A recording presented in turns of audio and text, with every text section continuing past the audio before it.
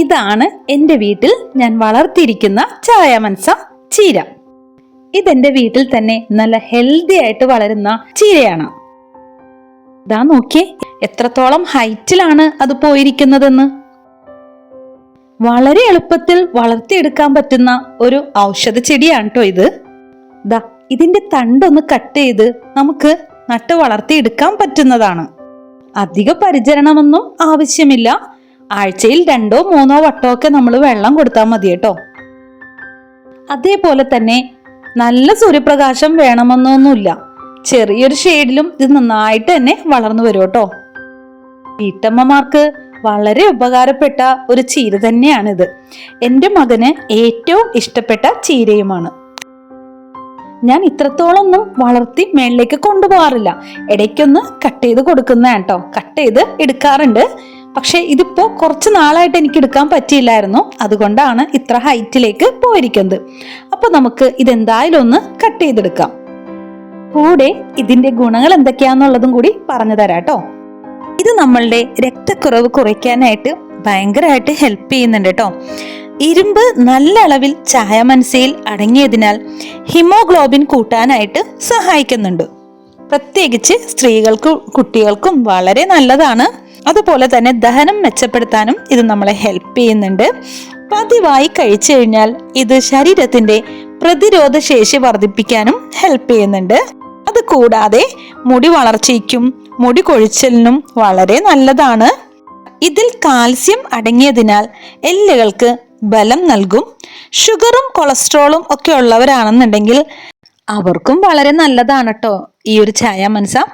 ചർമ്മ പ്രശ്നങ്ങൾക്കും അതുപോലെ ശരീരത്തിലെ ചൂട് കുറയ്ക്കുന്നതിനും വളരെ നല്ലതാണ്. അതായത് വേനൽക്കാലത്ത് ഇത് കഴിക്കുന്നത് നമ്മളുടെ ശരീരത്തിന് തണുപ്പേകാൻ സഹായിക്കുന്നുണ്ട്. പ്രായമായവർക്കും കുട്ടികൾക്കും ഒരുപോലെ കഴിക്കാൻ പറ്റുന്ന ഒന്നാണ് കേട്ടോ ഈ ചായമൻസ ചീര എന്ന് പറയുന്നത്. നമ്മളുടെ ഇഷ്ടത്തിനനുസരിച്ച് കറിയായിട്ടോ അല്ലെങ്കിൽ തോരനായിട്ടോ ഒക്കെ നമുക്കിത് ഉണ്ടാക്കി കൊടുക്കാവുന്നതാണ് കേട്ടോ. ചീരകളുടെ രാജാവ് എന്നാണ് കേട്ടോ ചായമൻസ അറിയപ്പെടുന്നത്. അപ്പൊ തന്നെ മനസ്സിലാവുമല്ലോ എത്രത്തോളം ഗുണകരമാണ് ഈ ഒരു ചീര എന്നുള്ളത്. ബ്ലഡ് സർക്കുലേഷൻ വർദ്ധിപ്പിക്കാനും അതുപോലെ തന്നെ വെരിക്കോസ് വെയിനുള്ള പ്രശ്നങ്ങൾക്കൊക്കെ ആയിട്ട് ഇത് ഉപയോഗിച്ചു വരുന്നുണ്ട്. ഒരുപാട് കാൽഷ്യവും അതേപോലെ തന്നെ അയണും ഒക്കെ അടങ്ങിയിരിക്കുന്ന വളരെ ഹെൽത്തി ആയിട്ടുള്ളൊരു പ്ലാന്റ് ആണ് കേട്ടോ. ഇതിങ്ങനെ കട്ട് ചെയ്ത് കൊടുത്താലും പെട്ടെന്ന് തന്നെ ഇതങ്ങോട്ട് വളർന്ന് കിട്ടും കേട്ടോ. കൂട്ടത്തിൽ ഞാൻ കുറച്ച് കൊമ്പുകളൊക്കെ ഒന്ന് ഉണങ്ങി നിൽക്കുന്നുണ്ടായിരുന്നേ, അതും കൂടി ഒന്ന് കട്ട് ചെയ്ത് കൊടുക്കുന്നുണ്ട് കേട്ടോ. എളുപ്പത്തിൽ നട്ടുപിടിപ്പിക്കാൻ പറ്റുന്ന ഒരു ചെടി കൂടിയാണിത്. ഇതിൻ്റെ ഒരു നല്ലൊരു കമ്പ് എടുത്ത് നമ്മൾ നട്ടു കൊടുത്തു കഴിഞ്ഞാൽ പെട്ടെന്ന് തന്നെ പിടിച്ചു കിട്ടും. നമ്മൾ കപ്പയൊക്കെ നടില്ലേ അതേപോലെ തന്നെ.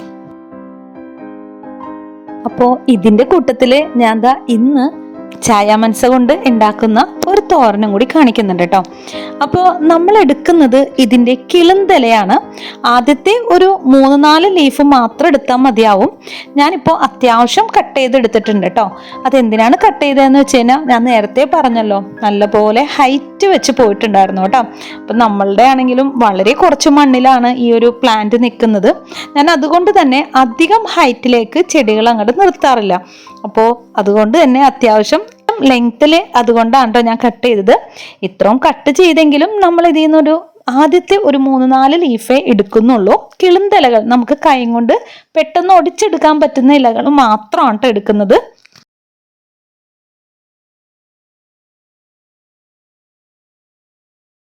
ഇതിന്റെ തണ്ട് കണ്ടോ, ഇങ്ങനെ കാണിക്കുമ്പോൾ തന്നെ അതങ്ങോട്ട് ഒടിഞ്ഞു പോകും കേട്ടോ. ചെറിയൊരു കറ പോലെ ഉണ്ട് കേട്ടോ. നമ്മൾ കപ്പയൊക്കെ എടുക്കുമ്പോൾ അതിൽ നിന്നും ഒരു വൈറ്റ് കളറിൽ ഉണ്ടാവില്ലേ, അതേപോലെ സെയിം ഇതിനും ഉണ്ട് കേട്ടോ.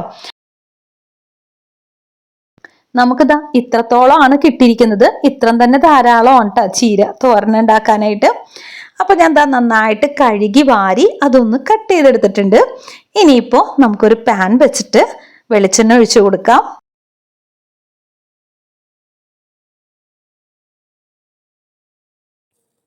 വെളിച്ചെണ്ണ ഒന്ന് ചൂടായി വരുമ്പോഴത്തേനും നമുക്ക് കടുകിട്ട് പൊട്ടിക്കാം.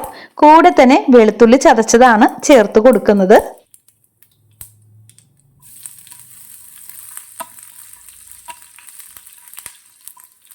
വെളുത്തുള്ളി ഒന്ന് മൂത്ത് വരുമ്പോഴത്തേനും ഞാൻ ഇവിടെ ചേർത്ത് കൊടുത്തിരിക്കുന്നത് ചെറിയുള്ളിയാണ് കേട്ടോ. സവാളയാണെങ്കിലും നമുക്ക് ചേർത്ത് കൊടുക്കാവുന്നതാണ്. ഇതിപ്പോ എൻ്റെ അടുത്ത് ഇരുന്നുകൊണ്ട് ഞാൻ അങ്ങനെ ചെറിയുള്ളി തന്നെ എടുത്തതാണ് കേട്ടോ. ചെറിയുള്ളി ആവുമ്പോൾ കുറച്ച് ടേസ്റ്റും കൂടുതലായിരിക്കുമല്ലോ. ഇനിയിപ്പോൾ അതൊക്കെ ഒന്ന് മൂത്ത് വരുമ്പോഴത്തേനും നമുക്ക് മസാലപ്പൊടികൾ ചേർത്ത് കൊടുക്കാം. മസാലപ്പൊടിയായിട്ട് ഞാനിവിടെ മഞ്ഞൾപ്പൊടിയും കുറച്ച് ചതച്ചമുളക് പൊടിയും മാത്രമേ ചേർക്കുന്നുള്ളൂ കേട്ടോ. എരിവൊക്കെ കൂടുതൽ ഇഷ്ടമുള്ളവരാണെന്നുണ്ടെങ്കിൽ കൂടുതൽ മുളക് പൊടി ചേർക്കാവുന്നതാണ്. ഇവിടെ കുട്ടികൾക്ക് അധികം എരിവ് വേണ്ട, അതുകൊണ്ടാണ് ഞാൻ വളരെ കുറച്ച് മാത്രം ചേർക്കുന്നത്. എന്നിട്ട് ഇതാ നന്നായിട്ടൊന്ന് മിക്സ് ചെയ്തെടുക്കാം. ഇതിന്റെ കൂടെ തന്നെ ആവശ്യത്തിനുള്ള ഉപ്പും കൂടി ഞാൻ ചേർത്ത് കൊടുക്കുന്നുണ്ട് കേട്ടോ. എന്നിട്ട് എല്ലാം കൂടി ഒന്ന് മിക്സ് ആക്കി എടുക്കുന്നുണ്ട്.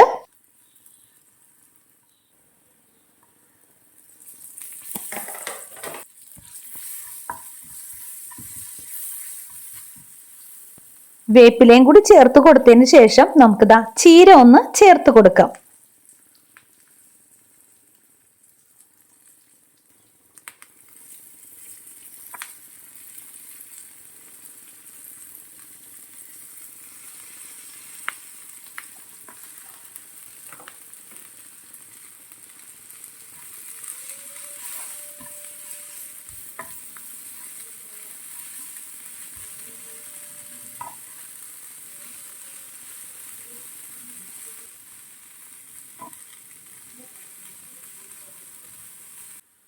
അടച്ച് വെച്ച് ഒരു 2 മിനിറ്റ് വരെ ഒന്ന് വേവിച്ചെടുക്കാം.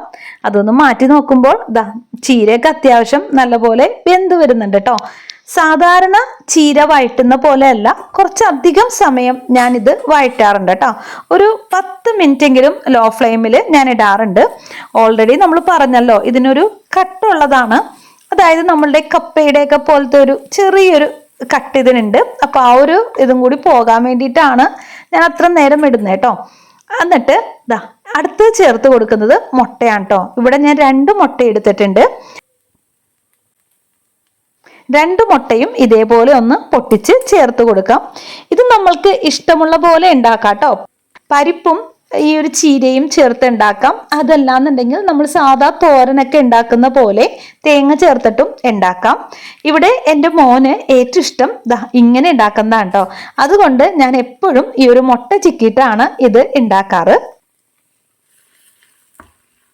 ചീരകളിൽ എനിക്ക് ഏറ്റവും ഇഷ്ടം ഏതാണെന്ന് ചോദിച്ചു കഴിഞ്ഞാൽ ഞാൻ ഈ ഒരു ചായ മനസ്സയുടെ പേര് തന്നെ പറയുള്ളൂ കേട്ടോ. നല്ലൊരു ടേസ്റ്റാണ് ഇത് കഴിക്കാനായിട്ട്. അപ്പൊ അത് ഉണ്ടാക്കാത്തവരാണെങ്കിൽ ഒന്ന് ഉണ്ടാക്കി നോക്കണേ. ഇത്രയും ഔഷധ ഗുണങ്ങൾ നിറഞ്ഞ ഒരു പ്ലാന്റ് കൂടിയാണ്. അത്യാവശ്യം നല്ല രീതിക്ക് തന്നെ ഇത് വഴറ്റിയെടുക്കണം കേട്ടോ. മുട്ട ശരിക്കും വിട്ടുവരുന്ന ആ ഒരു സ്റ്റേജ് വരെ, ഒരു ക്രിസ്പി ഫോം ആകുന്ന വരെ ഒന്ന് വഴറ്റണം. നമ്മൾ വഴറ്റുമ്പോൾ തന്നെ മുട്ടയൊക്കെ ഒന്ന് വിട്ട് വരില്ലേ, ആ ഒരു സ്റ്റേജ് വരെ ഒന്ന് മിക്സ് ചെയ്ത് കൊടുക്കാം കേട്ടോ.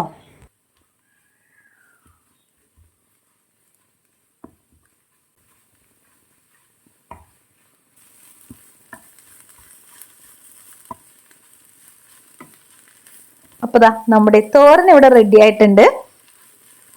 അപ്പോൾ ഈ ഒരു കറി ഉണ്ടെന്നാണെങ്കിൽ ചോറിന് നമുക്ക് വേറെ കറിയൊന്നും വേണ്ട കേട്ടോ.